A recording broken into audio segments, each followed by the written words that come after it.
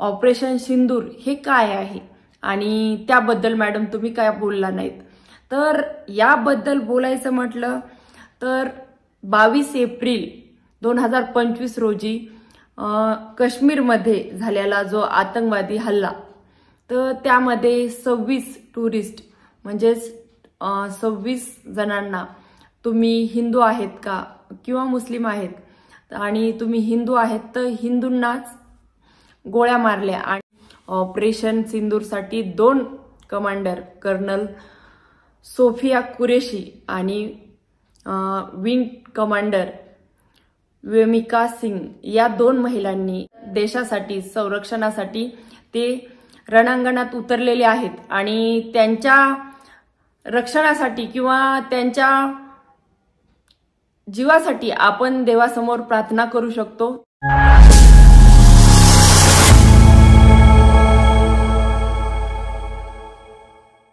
Hi hello नमस्कार, police जोडी चॅनलवर तुमचं स्वागत आहे।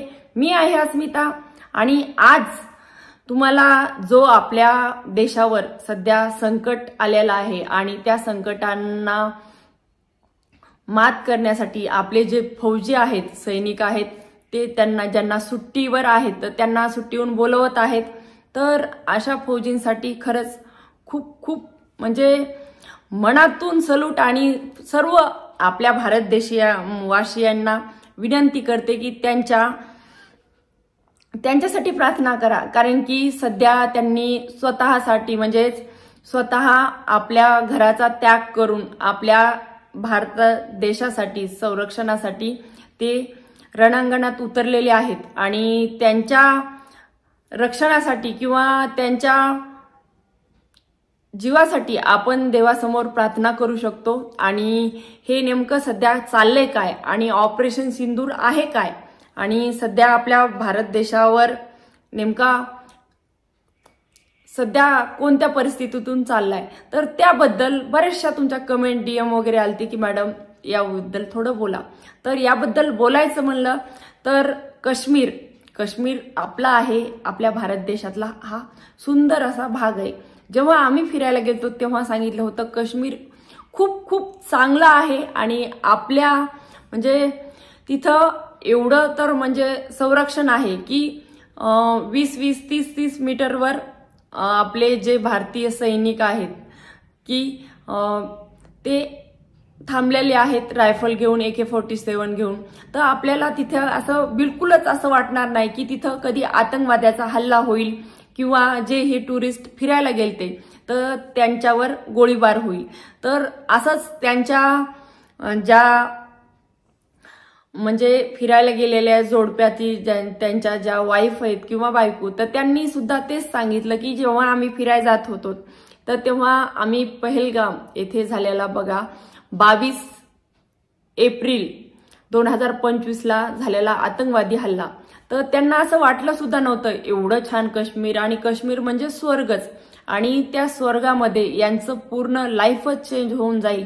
जेव्हा 5 मिनिट अगोदर त्यांनी तेच फोटोज, व्हिडिओज, रील्स काढले आणि त्याच 5 मिनिटाच्या नंतर म्हणजे तिचा स्वतःचा नवरा तिच्या समोर रक्ताच्या थारोळ्यात पडल किंवा तिच्या समोर म्हणजे तू हिंदू आहेस किंवा मुस्लिम आहेस असं विचारून तिच्या समोर त्याला गोळी मारण्यात आली। आणि असे आपल्या 26 जे टुरिस्ट गेलेले होते तर त्यांना मुस्लिमांना सोडून दिलं आणि हिंदू टुरिस्ट जे होते तर त्यांना गोळ्या मारून मारण्यात आलं। तर त्यांचा जो म्हणजे त्यांना जे मारलं आणि त्यामध्ये 8 दिवस झालं लग्न झालेलं जोडपं सुद्धा गेलेलं होतं आणि ती नवीन नवरी आणि फिरायला गेलेलं त्यांना असं कोणाला वाटेल तरी का की त्यांच्यासोबत असं काही होईल। तर त्यांचा आक्रोश आणि त्यांच्या घरातला आणि आपल्या भारत देशातही खूप म्हणजे शोकांतिका पसरली होती की खरंच हे असं झालं कसं। अक्षरशः आम्हाला सुद्धा 2 दिवस असं सुन्न पडलोत, म्हणजे नेमकं आपण त्या ठिकाणी गेलोत आणि त्या ठिकाणी एवढं चांगलं असताना म्हणजे असं त्यांच्या स्वप्नात जसं वाटलं नाही तसं आम्हाला पण कधी वाटलं नाही की तिथं असा गोळीबार होईल आणि हे असे आतंकवादी येऊन एखाद्या महिलेचा समोर तिचा सिंदूर मिटवतील.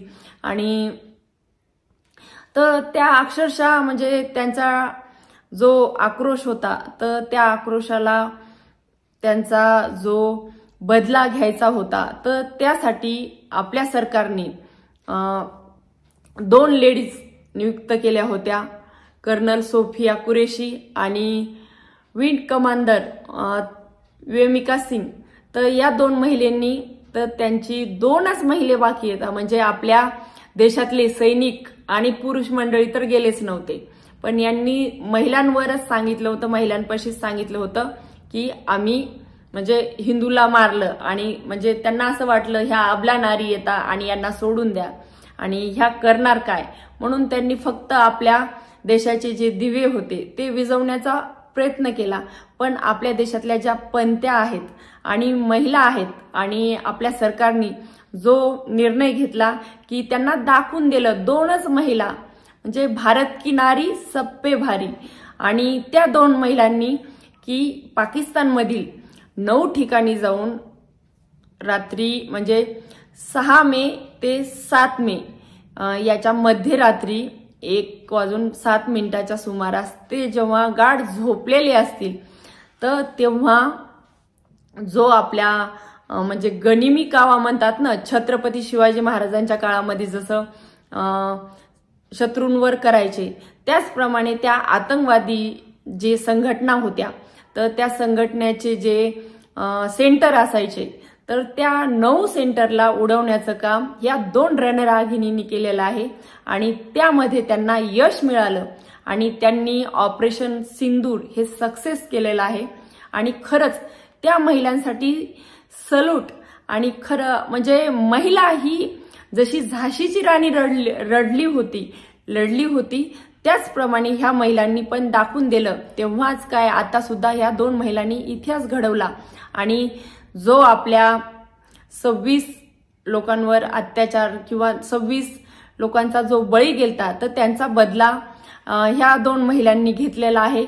आणि खरंच म्हणजे सरकारचं पण अभिनंदन म्हणावं लागेल की त्यांनी डिसिजन खूप चांगला घेतला. आणि म्हणजे त्यांच्या आत्म्याला तर शांती मिळाली असेल किंवा त्यांना जी भावपूर्ण श्रद्धांजली आहे तर ती या 2 महिलांनी दिली असं आपण म्हणू.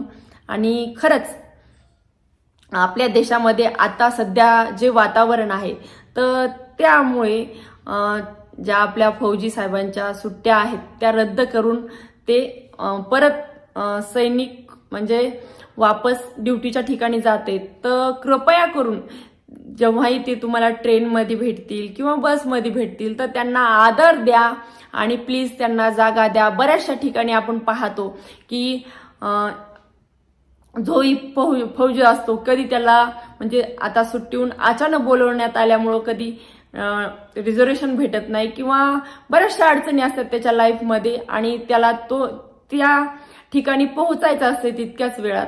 तर तुम्ही प्लीज त्यांना जागा द्या. आणि विशेष आता त्यांच्या कुटुंबाला आपण सर्वांनी साथ द्यायची.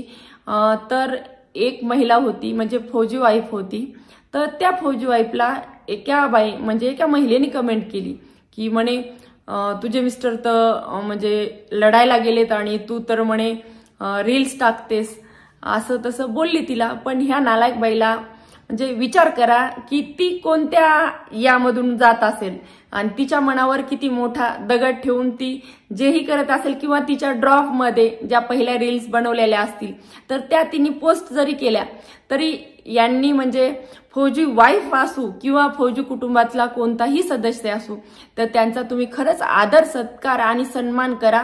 प्लीज तुम्ही जेही फौजी आहेत की त्यांनी आपल्यासाठी त्यांच्या कुटुंबाचा विचार न करता देशाच्या संरक्षणासाठी ते सीमेवर लढत आहेत तर आपण तेवढं तर करू शकतो की फौजींना आदर सत्कार द्या आणि त्यांच्या कुटुंबियांना द्या.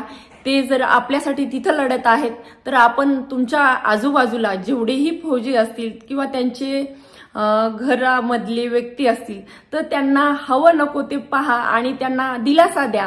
कारण की हे दिवस म्हणजे जेही दिवस आपल्यावर आलेले आहेत किंवा आता जे ही परिस्थिती सध्या आपल्या देशावर आलेली आहे, तर हा काळ थोडा आहे, पण यामधून बाहेर पडावा आणि आपले सैनिक सुरक्षित यावेत, तर हीच ईश्वरचरणी सर्वांनी प्रार्थना करा. आणि खरंच जय जवान जय किसान उगाच म्हणत नाहीत, कारण की सीमेवर लढणारा जो सैनिक आहे त्याच्यामुळे आपण घरामध्ये नीट झोपू शकतो आरामात, आणि शेतामध्ये राबणारा जो कष्टकरी शेतकरी आहे त्याच्यामुळे आपण खाऊ शकतो. तर कधीही या दोघांना कधीच विसरायचं नाही, कारण की ज्याच्यामुळं आपल्याला जीवदान भेटतं, म्हणजे आपण आरामात रात्री झोपू शकतो आणि जे शेतकरी आहेत त्यांच्यामुळं आपण खाऊ शकतो, किंवा आपल्या सैन्य दलाला त्यांच्यामुळं जेही अन्न पुरवठा वगैरे पोहोचतोय. तर प्लीज तुम्ही सर्वांनी एवढी माझी कळकळीची विनंती आहे की जेवढेही फौजी आहेत तर त्यांचा आदर सत्कार करा, सन्मान करा, आणि वर्दीची रिस्पेक्ट करून तुम्ही यापुढे कुठेही जर फौजी भेटले तर जय जवान जय किसान त्यांना बोलल्याशिवाय राहू नका. आणि खरंच प्राऊड आहे मला आपल्या देशाच्या सैन्य दलावर आणि आपल्या सरकारवर.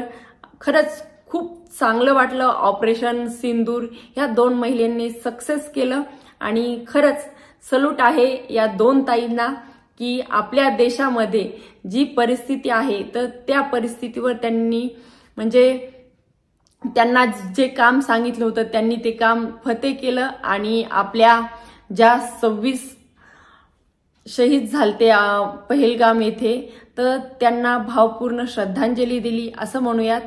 आणि तुम्हाला म्हणजे हा व्हिडिओ बनवण्याचा उद्देश माझा एवढाच आहे की फौजी वाईफ सध्या खूप म्हणजे आपल्या सर्वांना वाटतंय की युद्ध व्हायला पाहिजे, पाकिस्तान म्हणजे हरायला पाहिजे, आपला भारत देश जिंकायला पाहिजे, पण यामध्ये सर्वात जास्त दुःखी आहेत त्या फौजी वाईफ आहेत आणि फौजी कुटुंब आहे. कारण की त्यांना माहित आहे की युद्ध जर झालं तर आपल्या सैन्य दलातले काही ना काहीतरी, म्हणजे सैनिकाला काहीतरी घातपात होईल आणि त्यांचा सिंदूर म्हणजे मिटणार नाही. यासाठी आपण देवापाशी प्रार्थना करा, आणि ही जी परिस्थिती आहे ती लवकर चांगली व्हावी हीच ईश्वरचरणी प्रार्थना करू. आणि आजचा व्हिडिओ मी इथंच थांबवते. जय जवान जय किसान.